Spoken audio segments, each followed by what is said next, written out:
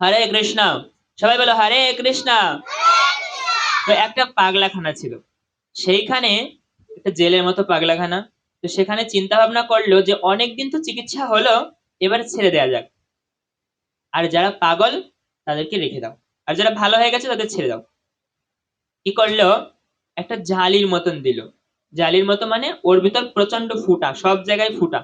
ওইটা দিয়েছে, ওইটা দিয়ে বলছে এর মধ্যে জল ঢালো, যে ভর্তি করতে পারবা তাকে ছেড়ে দেওয়া হবে, আর যে ভর্তি করতে পারবা না তাকে রেখে দেওয়া হবে। এবার সবাই ভরার চেষ্টা করছে সেই জালির মতো, যার ভিতর ছিদ্র সব জায়গায়। চালনি বলো না রে মা গ্রাম্য ভাষায়, ওই চালনির মতো সব জায়গায় ফুটো, ওখানে জল ঢালছে, সবাই জল ঢালছে, কারোটা ভরেই না। অনেকে চেষ্টা করে, অনেকে বালতি বালতি জল ঢালছে, অনেকে একদম কলের নিচে রেখে দিয়েছে, জল ঢালছে, ভরেই না।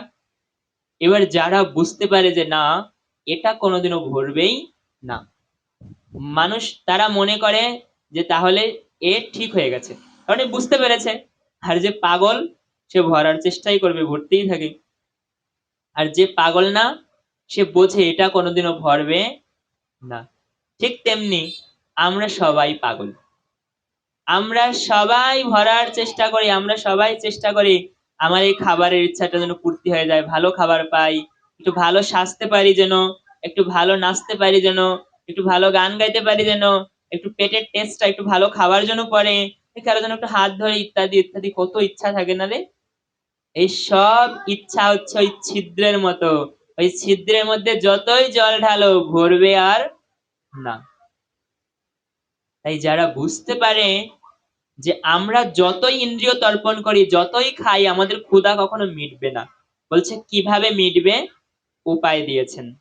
কিভাবে এই ইন্দ্রিয়গুলি আপনা থেকেই তর্পণ হয়ে যাবে, তোমাদের ইচ্ছা পূরণ করতে হবে না, ইচ্ছাগুলি আপনা থেকেই পূরণ হয়ে যাবে। কি? আত্মেন্দ্রিয় প্রীতিবাঞ্ছা তারে বলে কাম, কৃষ্ণেন্দ্রিয় প্রীতিবাঞ্ছা ধরে প্রেম নাম। নিজের জন্য করলে কাম, আর কাম কখনো পূর্তি হয় না। কৃষ্ণের জন্য করলে প্রেম, প্রেম হচ্ছে পরম পবিত্র এবং শান্তি।